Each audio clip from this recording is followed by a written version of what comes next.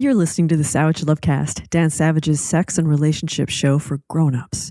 If you're under 18, get out of here, young'un. If you're stuck in a relationship quandary, or if you're looking for sexual harmony, well, there's nothing you can't ask on the Savage Lovecast. Husbands you can't leave, pregnancies you can't prevent, politicians you can't vote out of office. That's the GOP agenda for American women. I've talked about this before, I'm not going to belabor it now, but I do want to quickly run through these three items on the GOP agenda for American women, an agenda a distressing number of American women voted for last month. Not a majority of American women, but still. I want to run through it again because they're beta testing an alarming fourth agenda item that I do want to talk about today. Item 1 on the GOP agenda, husbands you can't leave. They want to end no-fault divorce, meaning a woman would need her abusive husband's permission to leave her abusive husband. When no-fault divorce was first introduced, California adopted the first no-fault divorce law in 1969, signed into law by Ronald fucking Reagan, now law in all 50 states.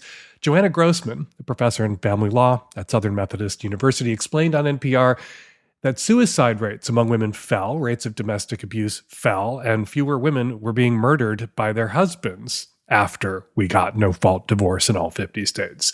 The GOP wants to reverse all three of those trends because conservatives are alarmed that fewer women are choosing to marry, and they've convinced themselves that making abusive marriages harder for women to escape will somehow make marriage more appealing to women.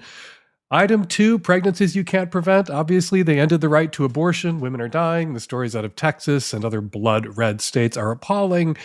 And they're coming now for your birth control pills. The same groups and activists that successfully ended the right to abortion want to end contraception too.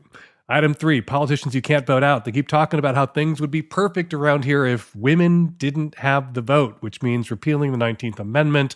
This idea, yes, it's being floated by fringe lunatics, but if you've been paying attention, Donald Trump is currently filling his cabinet with fringe lunatics. The fringe lunatics are running the show.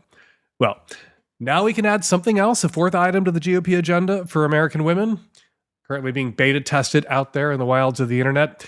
No unnecessary orgasms, only orgasms that make babies. Only his orgasms should be tolerated because having sex for pleasure, having sex for fun, even when cis men are having sex with cis women, it's kind of gay, dude, when you really think about it. Which is what a guest on the Luke Beasley show, a fringe lunatic guest, yes, but again, the fringe lunatics are running the show. Anyway, Luke himself is a progressive who talks to right-wingers, and he recently interviewed a young Republican MAGA straight couple with the guy sitting there, the smug look on his face, wearing his MAGA hat, and the conversation turned to sex. The best part about having sex is reproduction. Seriously. Like, I don't value sex because of an orgasm. I value sex because I know that I am going to reproduce and have another baby. It's why as soon as we got together, like, she's off birth control. As soon as we got married, yeah. As soon as we're together, it's like no birth control, nothing, because I'm not going to have gay sex. And like gay sex is more than just like another man and a man. It's just like the idea of looking at sex as such a materialistic thing and just like, oh, well, like we just have an orgasm and that's fun or whatever. No, like, dude, sex is about having children. It's about having babies. Like you pump yourself full of birth control and then you have sex with your wife and like there's no purpose there except just pleasure. That's the only purpose. Where to start? Okay, first, straight men can't have gay sex with their wives. Having sex when you can't conceive because you're on birth control or you're having non-PIV sex, that doesn't make you or the sex you're having gay just because it was pleasurable. And when you really think about what this guy is saying, which I don't think this guy has done, he's basically arguing, I guess, positing that gay sex is defined by pleasure, which I am willing to concede. I'm not willing to concede, however, that straight sex, when it is defined by pleasure, is somehow gay or gay adjacent or sus. When I was a kid, there was a huge debate about recreational sex versus procreational sex. This was the culture war of the 1960s and 70s that recreational sex was not okay. That was just sex for pleasure. That was what gay people did. Procreational sex, that was what straight people did. And procreational sex kind of exonerated sex entirely for straight people. It made it all okay. It made it all good because at some point, a baby might happen. Yeah, I get it. And I'll embrace it. Gay sex just for fun, straight sex mostly for fun, but occasionally to reproduce. Still, the same people who say two men can't make a baby also run around saying that anything is possible for God. So I am going to keep inseminating my boyfriend, and my husband is going to keep inseminating his boyfriend, and all four of us are going to pray for a miracle to happen every day. Look, the mistake people make, the mistake this guy is making, is kind of a category error. Some people look at sex, the excess of it, the way we want so much of it, but we can only have so many babies if we're having the straight kind of sex. And they think, what is all that excess desire, all that excess fucking, all that extra fucking? What is it for? What does it do in gay relationships and straight ones? What purpose does it serve? Pleasure, of course, is a perfectly legitimate end unto itself. When it comes to sex, in the context of a relationship, building a relationship or sustaining a relationship, sex releases the love hormone, oxytocin, or the cuddle chemical, as they call it at the Cleveland Clinic. Oxytocin levels rise during sexual intimacy and flood our systems. They flood our already flooded basements when we have an orgasm. And that is important if you're in a relationship with somebody that you have kids with, because you fell in love, you had kids, you want to stay in love, and looking into each other's eyes every once in a while your systems are flooded with oxytocin that you created and provided for each other.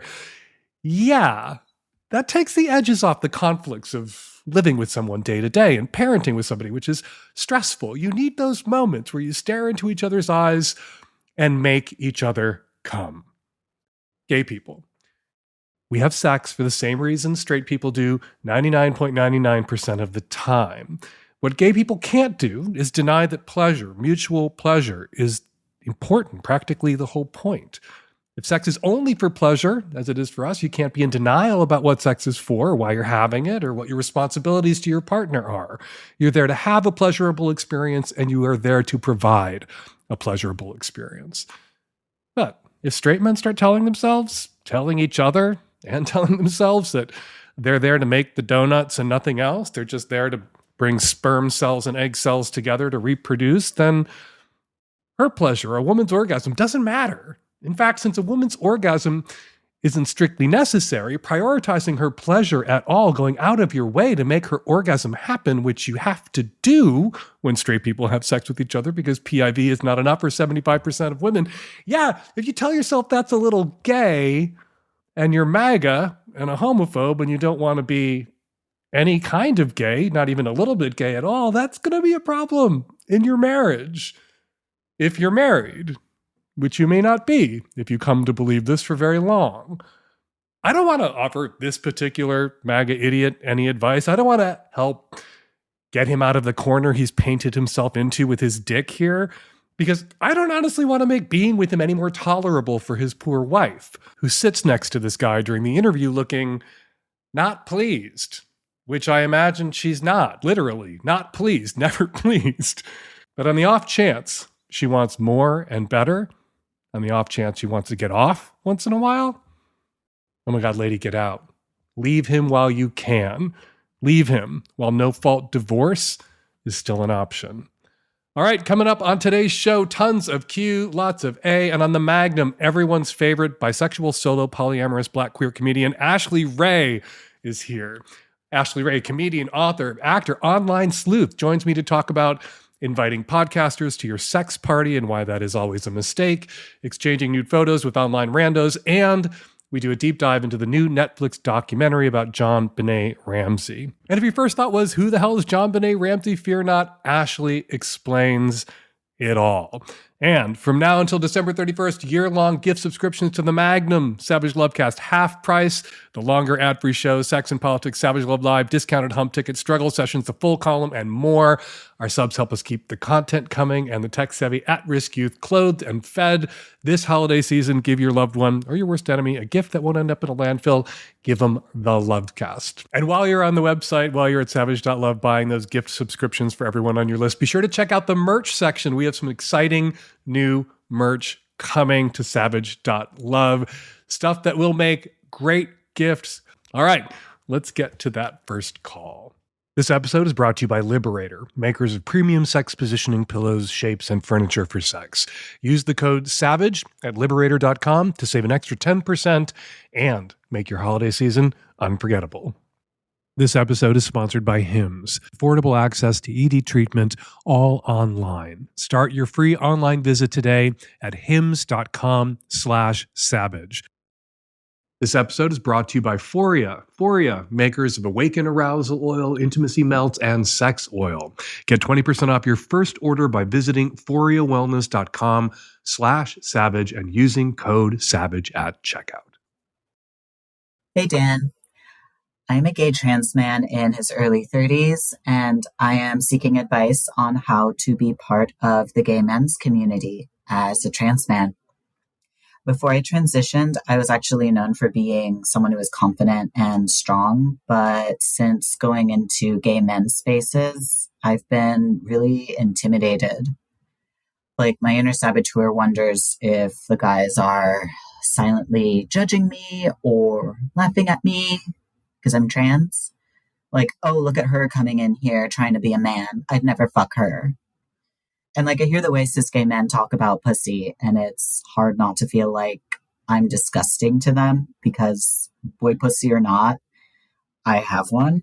And it makes me kind of sad and frustrated that a part of me that I really enjoy using is actually a liability in a community that I really want to be a part of.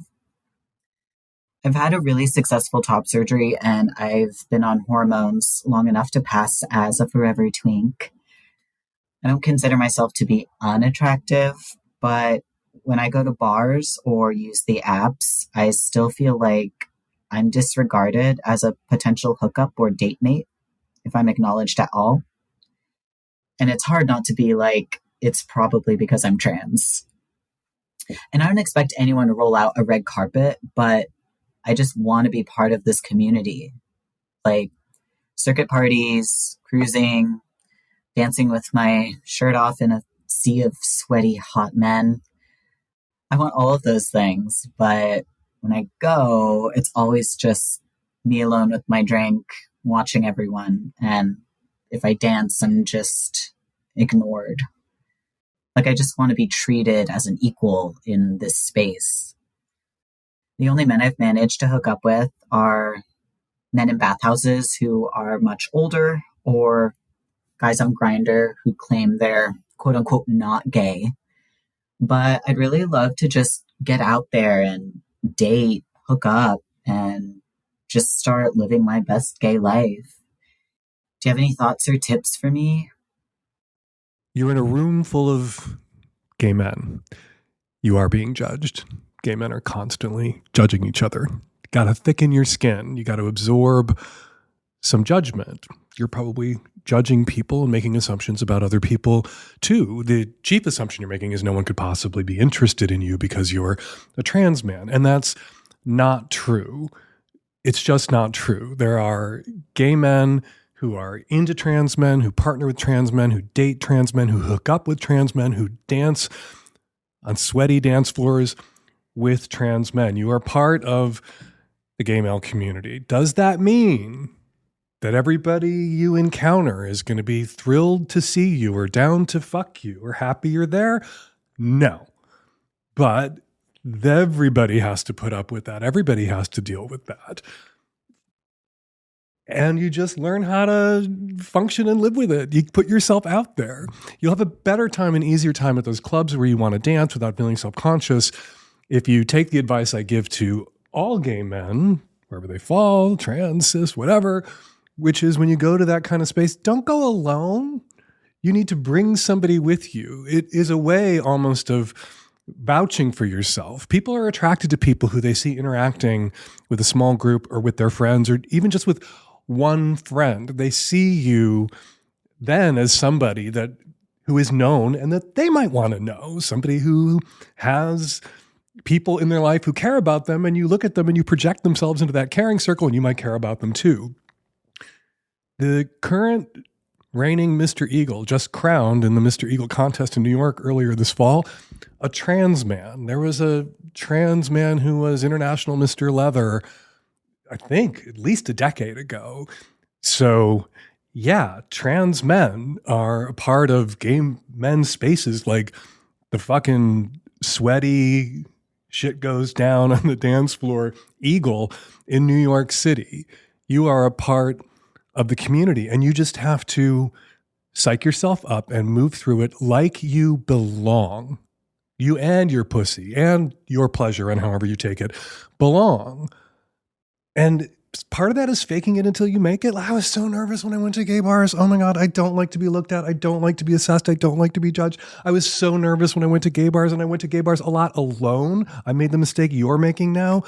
I went to them alone when I was first coming out, and I thought you were supposed to go alone because that would signal your availability. And it just took me a little while to realize the guys I'm checking out or attracting my interest are not the guys who are alone. They're the guys who are with their friends, but not in a little closed clump of their friends, who are friend adjacent, who are standing shoulder to shoulder with their friends, but facing into the room, facing into the crowd, making eye contact with people. That's the guy that you got to be. And yeah, there will be some people, not everybody has to want to fuck you, right? Not everybody has to want to fuck you for whatever reason. Everybody has to treat you with respect, and everybody has to make some space for you. I'm sure that when you go to these spaces, there are some men in a room packed with sweaty men. Others of them, I promise you, trans, like you, even if you can't clock them, there are men in that room that you don't want to fuck for reasons, for your reasons, whatever they are. And, you know, if there's some guy you don't want to fuck who happens to be old, like me, or black, or whatever, and it's not that you don't want to fuck them because they're old or black or whatever, you wouldn't want them to make that assumption. You wouldn't want them to leap to, oh, this guy, this trans guy I think is hot, is not interested in me. He's obviously a bigot for X, Y, or Z reason. You just have to be a little zen about it and extend to other people who don't want to fuck you for whatever reason the same grace you would like extended to you when you don't want to fuck somebody who's interested in you for whatever reason. As I've said before, there are some guys, there's a kind of gayness that transcends sex, where it's about gender and not about genitals necessarily, but homosexuality is a real thing. There are some gay guys out there whose gayness is about sex. They are homosexuals. They're not just gay. And yeah, those guys aren't going to be guys that want to sleep with you, but they're also not going to be guys that you want to sleep with, because they won't be into you and into your body and into what makes you special. And so fuck those guys, or don't fuck those guys, but don't be devastated that those guys don't want to fuck you. And just as those guys who are homosexual need to have made space and need to make space and be gracious about it, for trans guys, you need to allow for the existence of these guys. Not everybody has to fuck everybody. And take yes for an answer. There is room and space in gay men's spaces for trans men, as evidenced by a trans man being the reigning Mr. Eagle in New York City. He will be going to the International Mr. Leather contest in May. And he didn't get to be Mr. Eagle by hanging back. He put himself forward. And that's what you're going to have to do. You have to put yourself out there, put yourself forward. Somebody doesn't want to fuck you. Okay, there'll be somebody else who does. All right, so there's my pep talk. Get out there. There are guys who are into guys like you. And it doesn't mean in all cases that those guys don't see you as a guy. There are guys out there, gay guys, who see you as a guy and will be into you as a guy. You'll get some of those guys. This holiday season, Liberator has the perfect gifts to transform your bedroom or the bedroom of someone you love into a winter wonderland of pleasure, a jungle gym of doing it, a bouncy house of still getting it on over the holidays. For over 2 decades, Liberator has been revolutionizing intimacy with their premium sex positioning pillows, shapes, and furniture designed to bring comfort, deeper connection, and endless possibilities to you and your bedroom and your partners. Look, we've all been there. You're having sex, you're trying to get into or stay in one certain position for penetrative sex. You fold a pillow in half, you shove something under someone, and it doesn't work. It doesn't stay in position. It doesn't give you the lift or support that you want and need at that moment. That is why you want instead the iconic wedge ramp combo from Liberator. Or really splurge and get, in addition to the wedge ramp combo, get the luxurious Super VO Wood Sex Chaise Lounge. Made in America with sustainable manufacturing and top quality materials, Liberator's products are built to last as well as designed to delight. For our listeners, Liberator's offering an exclusive 10% off site-wide. Just use the promo code SAVAGE at checkout to unwrap the best savings of the season. Ready to make this holiday season unforgettable? Visit Liberator.com, use promo code SAVAGE, and give yourself and your partner the gift of joy, passion, and adventure. And comfort with Liberator. The holidays have never been hotter. Liberator.com, promo code SAVAGE for 10% off. Hey there, Dan, longtime listener here. So I've always dated people for, I'm realizing, a lot of the wrong reasons. I have tended to date people based off of purely sexual attraction. And as I've been in therapy and had repetitions of patterns over the years, I've realized that I'm clearly been dating people based off of my childhood wounds, as we do, and been inviting people who trigger me and all kinds of things, like more so men with avoidant attachment styles, yada, yada, yada. Long story short, I'm finally in a very, very loving, caring, healthy relationship. And I really think that this person is the one. We've been dating for a few months now, and we have a lot of future long-term plans, a lot of similar values, and we're just very, very in love. And he is one of the most wonderful people I've ever met, very kind, caring, and unlike most of the types of guys that I generally date. Now, I guess the one small issue that comes with that is that even though he's gorgeous, I am less passionately sexually attracted to him. And we have a decent sex life, but it's nothing like other relationships where I had, where it was very passionate, very sexual, maybe a little bit raunchier. He's very loving in bed. He goes down on me. He's great. He's really good at that. But I find it's like a little bit more boring, a little bit more repetitive, a little bit more vanilla. And I want to build a stronger, more fulfilling, passionate sex life with him. I kind of don't know where to start. I'm trying to, learn how to be more physically, sexually attracted to somebody who's so wonderful. We're supposed to jump down the throats of men when they say that women want bad guys and they overlook good guys. And anybody who claims to be a good guy, we're told, and everybody argues, is ipso facto a bad guy. But there's a grain of truth to these complaints that some men make, that there are women out there who chase after shitty guys, women out there who are throwing themselves at hot stoves and not pursuing the good, kind, loving, compassionate guys that the men who make this argument assume they themselves are or represent, which is not always the case. So yeah, a lot of times when guys are complaining about women just want the bad guys, it's bullshit. But not all the time. There's a grain of truth, and there are women like you, caller, out there. There's something about those dangerous bad boys that turn you on. And so what do? You found a good, hot guy who loves you, who goes down on you, but you're bored already.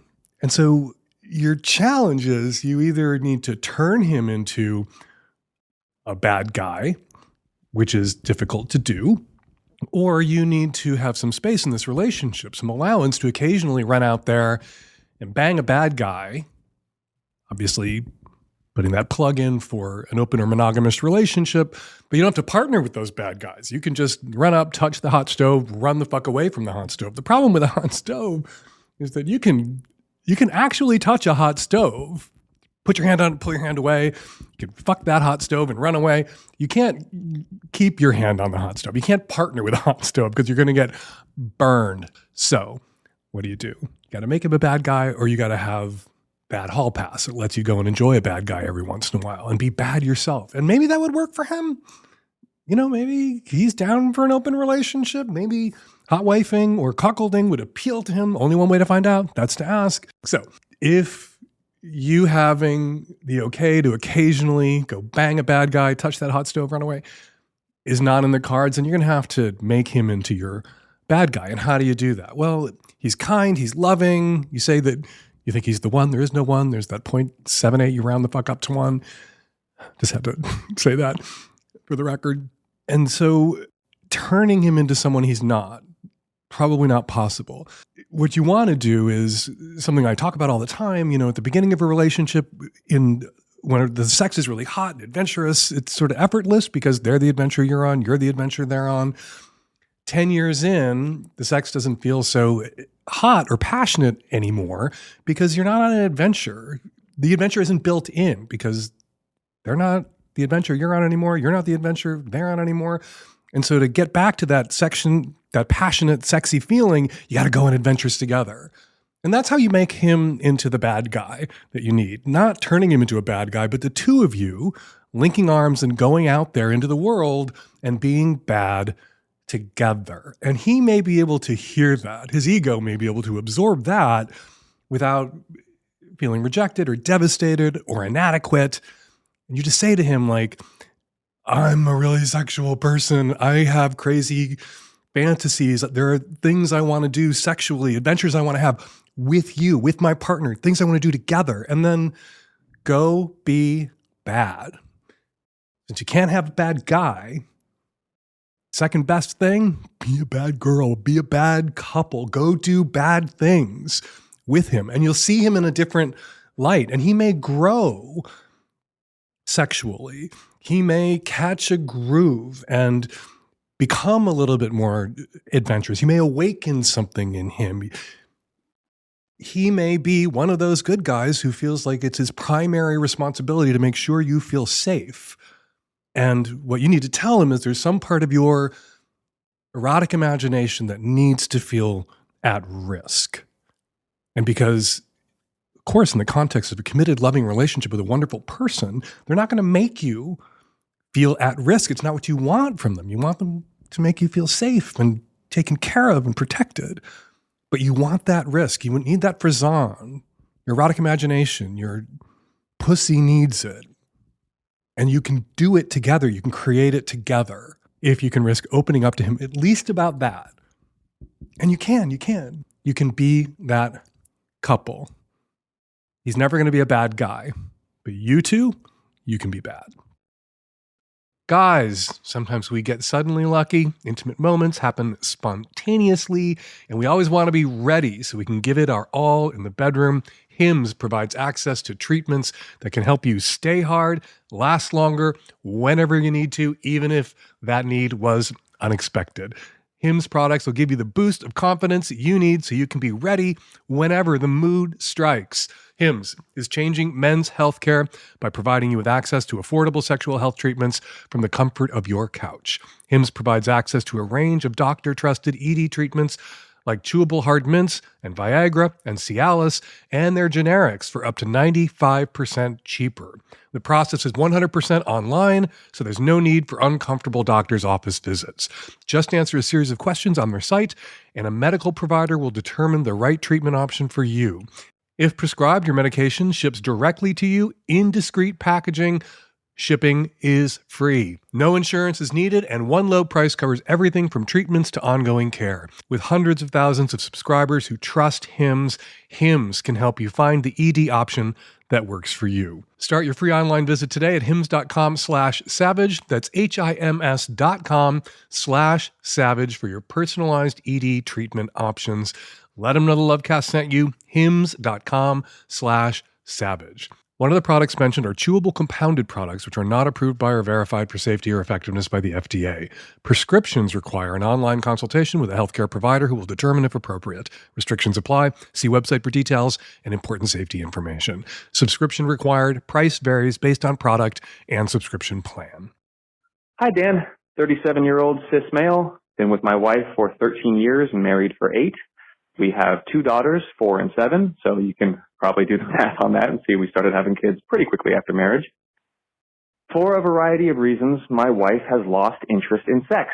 After 2 pregnancies, 2 births, 2 breastfeeding journeys, her relationship with her body has changed, and she just doesn't feel sexy anymore, even though she remains in excellent shape.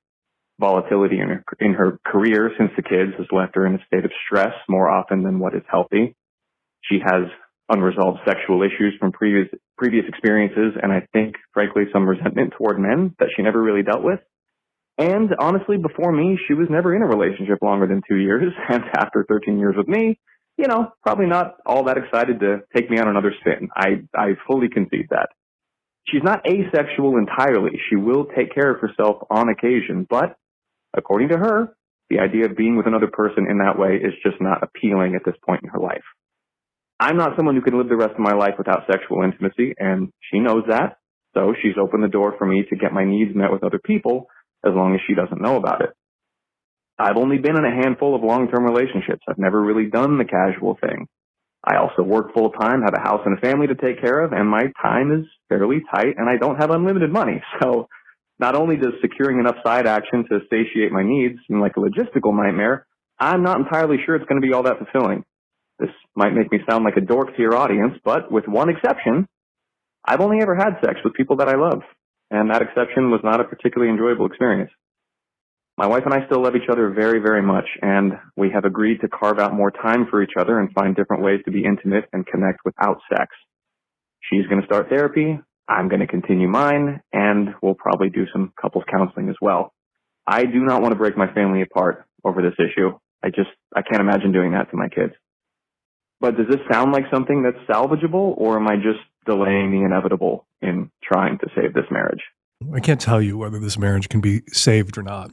What isn't going to work, though, what has to go, is the DADT arrangement that your wife wants to impose on you. That's not going to work. Companionate, that would work. And open, that would work.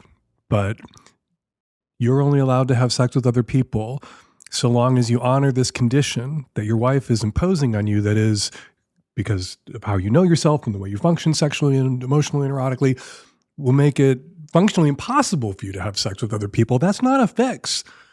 Something to discuss maybe with the couples counselor, that your wife doesn't want to be sexual anymore, wants to be released from the promise that she made you when you guys made a monogamous commitment to each other, which was to take care of each other's sexual needs for the rest of your lives, to meet each other's sexual needs, which is a condition, I think, and a reasonable one, a reasonable expectation of a sexually exclusive relationship. And she is releasing you from that and relieving herself and releasing you of the burden of having to meet your sexual needs, which she's not interested in. But DADT might work for other men, not going to work for you.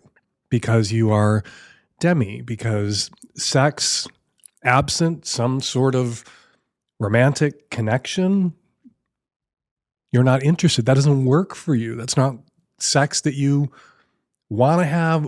It may not even be sex you can have. So this is not a solution. And you're going to have to fight about this.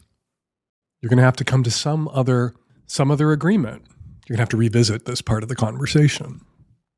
Or you'll have to end this marriage. If your wife could never sign off on you basically having another girlfriend, having another partner, your companionate marriage isn't going to work. because sexlessness isn't going to work for you. And what your wife is asking is going to result in not just a companionate marriage, but a sexless existence for you, that condition, that she can never know about it. And it can't be anybody that you have a connection with. Yeah. You're going to have to fight her on that. And in fighting her on that, you are fighting for your marriage. You are fighting to save what it is that you both want, which is your marriage, your relationship, your connection, your history together, the family you've created, the kids you're raising together. You are fighting for all of that. You aren't just fighting to get your dick wet. You aren't just fighting to go have sex with somebody.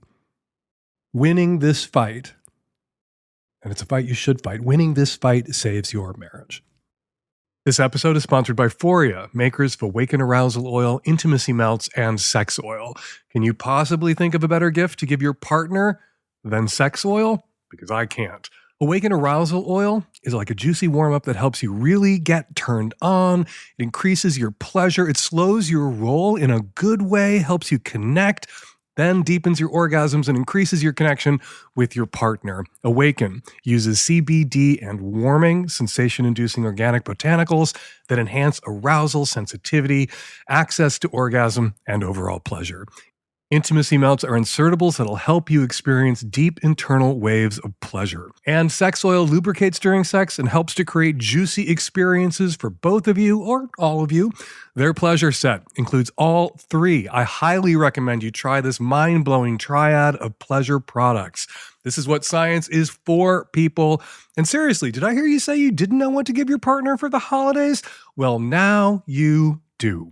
So as your resident sexologist and weird but favorite gay uncle, you have my blessing. Go ahead and treat yourself or your partner. Experience your juiciest and deepest sensual pleasures with Foria.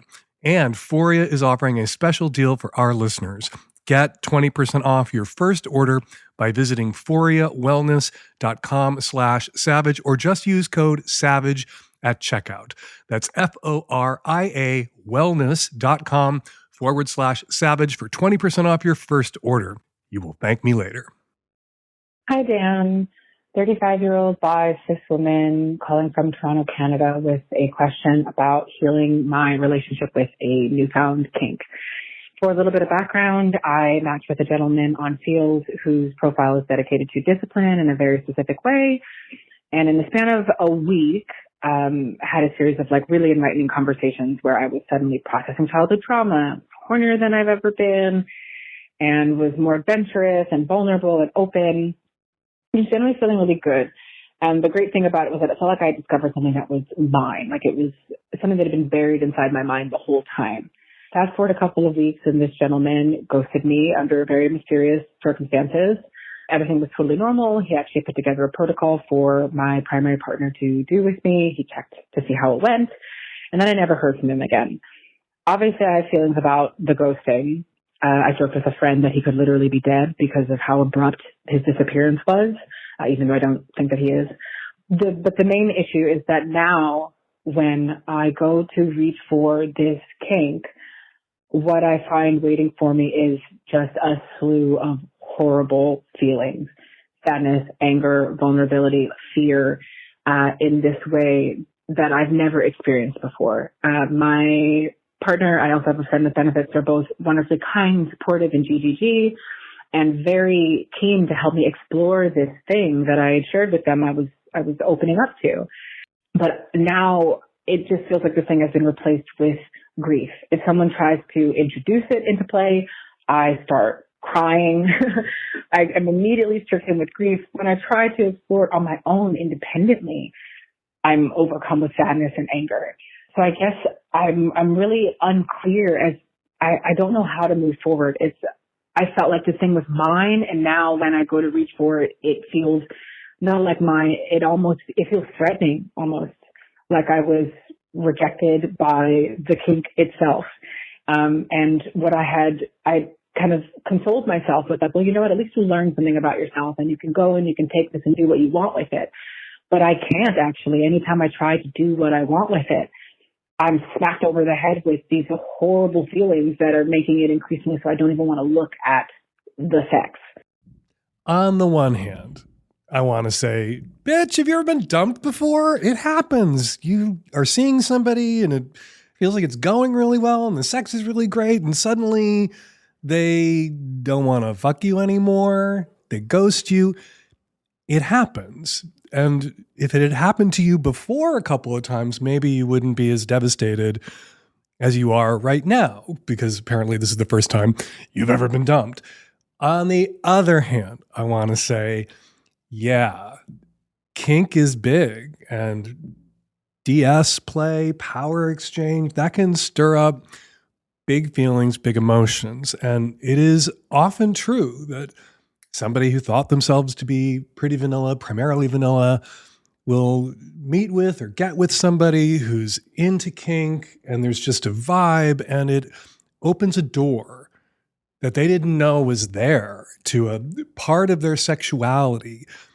It unlocks a part of their erotic imagination that they'd never tapped into before, and it all comes pouring out. And it can feel a little bit whelming, sometimes overwhelming. And what you wanted, as you rode the rapids of all these kinks pouring out of this door they didn't even know was there, you wanted him to be with you for that ride, to be there along with you for that ride that in a way he initiated or he inspired. He unlocked that door. He helped you find it and helped you unlock it, or you guys unlocked it together. And now he's disappeared on you and you're left with these big feelings. So yeah, on the one hand, bitch, you ever been up before? On the other hand, I kind of get it. So what do? Well, you can get yourself into therapy. That might help. If you're overwhelmed by emotions you can't quite articulate when somebody wants to use fuzzy pink handcuffs on you and you begin to weep, yeah, that might be time to call in a therapist and unpack this at greater length. Or you can do that thing that I tell people to do, which is closure. Sometimes, always, closure is not a gift somebody else gives you. It's an action that you take. It's something you give yourself. And you can just say, there are two different things here. There's the anger and hurt and humiliation of having been ghosted by this person who seemed to be into me and who I was into and made myself vulnerable with. And that sucks. And I'm going to make a mental note never to do that to anybody else because I didn't like it when that happened to me. But there's all this stuff. There's this kink and this play and these new places I can go with my lovers. And I'm going to go there. And I'm going to see these as two different things. The rejection, oh, it sucks. The kink, oh, potentially really awesome. And I'm going to will myself to tear these two things apart, not to link these things anymore, and not allow myself to feel so sad and bad, which is easier said than done because you got to fucking feel your feelings. And what would be so terrible if one of your other partners wanted to explore some BDSM or power exchange or DS play with you and you were overwhelmed with these feelings and you cry? What would be so terrible about that? Maybe crying it out is what you need to do to purge these feelings. Maybe enjoying the intensity of the play, if not with the partners you already have. Maybe kink doesn't work with them for you emotionally, but with somebody else. And it triggers all of these big feelings. Maybe eventually those big feelings will run their course and you'll be left with all of these new toys, these new kinds of sexual play and sexual activity and sexual dynamics that excite you. I would risk it, especially with the partners you already have who care about you, that you know and love and trust. If they understand that going into kink, that there's even a 50-50, 70-30 chance that you're going to end up needing to be held, needing to cry it out after or during, and they're willing to be that person who pivots from kink to aftercare or mid-care and then back to the kink, let them. Take yes for an answer. You're getting two big yeses, two big wins from the universe right now. You've got people in your life who care about you, who want to fuck you, who want to go there with you, and you have these new sexual interests, experiences, capacities that this shitty guy who ghosted you left you with. Don't let the way he exited your life cheat you of those gifts. All right, time for listener feedback. First up, some of the comments left in last week's show in the very lively comment threads at savage.love. Says Thingamajig, regarding the dad whose son got in trouble for saying "that's so gay" at school, the advice was good, but a big piece was missing. Has dad ever said very clearly to his son that gay people exist in the world as friends and teachers and firefighters and actors and athletes and parents and everything else, and that they have nothing to be ashamed of? He needs to. Dan's advice contained a lot of good and important nuanced ideas, but I think Dad needs to start with the very basic, in this house we believe conversation about bigotry being wrong. Another issue people raised in comments, Dad needs to back the teacher up on this, which I agree with. His kid broke a rule, got detention. That is how it goes. Says Dravity, for the caller whose girlfriend's vagina is irritated after 5 rounds of PIV, it does sound possible that it's just too much sex. But one thing they might try is different lube. Many of the standard drugstore lubes like Astroglide or KY have ingredients that are irritating to vaginal skin. Try one that is pH balanced and has minimal ingredients like Good Clean Love or Uberlube.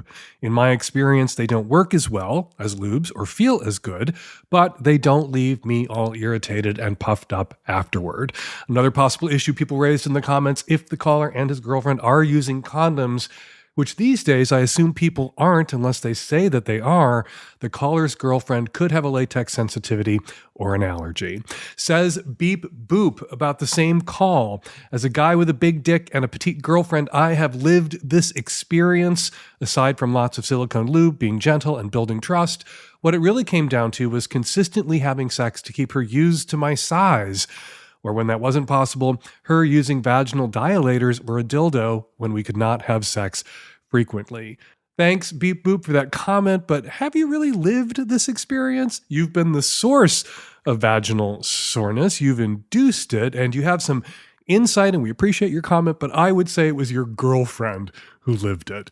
And finally, a comment on Instagram from Leather Rubber Muscle. Thank you both, Dan and author Lee Cowart, for the chat about masochism and sadism. It is not every day that a pain pig like me feels so seen and heard and understood. Cannot wait to read Lee's book. Savage love, making pain pigs feel seen since 1991. All right, for more listener feedback, check out Struggle Session every Thursday at savage.love. And now, everyone's favorite part of the show, mine included, the part where I shut my big gay mouth and my listeners get the last word. Hi, I'm calling in response to the caller who had a psychic connection with a person that they're not sure how to talk to with their partner or their wife. I'm a person in long-term recovery, and this caller mentioned that they've been sober since January, and it's December. And I don't want this to sound patronizing at all, but they've been sober since January. Sometimes our brain seeks out other thrills and adrenaline rushes and excitements to compensate for the lack of whatever substance we were using to help to cope or whatever. And so I myself have had many of what you could even refer to as like a psychic connection, like a very exciting NRE crush style, can't help but notice all of the wild coincidences that are happening. And sometimes what it is, and it's our brain looking for little happy moments to give us that excitement that we missed from when we were drinking or using other substances. And it's probably not worth, if you don't believe that your wife is on that same wavelength as you are spiritually, it might be worth maybe bringing up, but maybe waiting and seeing if these feelings subside. Hi, Dan and the tech-savvy at-risk youth. This is a response to a caller that talks about a psychic connection with someone and that it's a bit scary and they're feeling quite a lot from it. I want to offer, because Dan mentioned that he doesn't believe in that stuff, which is totally fine. I very much do. I'm very much like you. I have lots of connections with people in that way, lots of psychic experiences, lots of clairvoyant experiences, and I'd like to offer you something that I learned this year, and it's that not all connections of this nature are meant to happen Sometimes they're karmic connections, and sometimes it's someone from the past that comes to you and they seem familiar and they feel familiar and they feel so good, but it doesn't necessarily mean that you should go for it. It could also just mean that you are looking back at a moment in your past, a past life, whatever you think, whatever you feel about that. And this could be a warning. It could be a opportunity to look at that person and think, I feel something here, but maybe that karma is complete. Maybe I don't need to entertain that. Maybe it's a person from my past that feels familiar because we've been here before, but if I delve in, it will really open up a new can of worms. And sometimes it's just a karmic connection that you're just not meant to go for again. Hi Dan, this is in response to episode 944, the caller who had developed a psychic connection with someone and wasn't sure how to talk to his spouse about it. I'm going to go ahead and say that you could probably just have her listen to that call and you'll get to the bit where you describe her as your current wife. And probably after that, no further conversation needed. That should suffice. And we are going to leave it there. We've got 3 ways for you to get us your questions and comments for future shows. You can record and upload your question or comment directly onto our website at savage.love/askdan, or you can make a voice memo on your very own phone and email it to us at q@savage.love, or you can call our landline like it's 1999 and leave us a message at 206-302-2064. The Hump 2025 submissions are in. We've got hundreds of them. The Hump jury meets to watch all of the films on Wednesday. Do say a little prayer for us. It is going to be a long day watching a lot of great short porn films. We cannot wait. And then, speaking of things we cannot wait for, the Hump 20th Anniversary Film Festival and Tour kicks off in San Francisco in February. And tickets for Hump 2025, our 20th Anniversary Hump Film Festival, go on sale tomorrow, December 11th at humpfilmfest.com. Follow me on Instagram and Threads at Dan Savage. Follow me at Blue Sky at Dan Savage. Follow Ashley Ray on Instagram and Threads and Twitter and Blue Sky at The Ashley Ray. Check out her website, theashleyray.com. And to read her deep dive investigation into the JonBenét Ramsey case, check out her Substack, deeptrouble.substack.com. The Savage Lovecast is produced every week by Nancy Hertunian and me and Nancy and the tech-savvy at-risk youth. We will all be back at you next week, another installment of the Savage Lovecast. Thank you for downloading.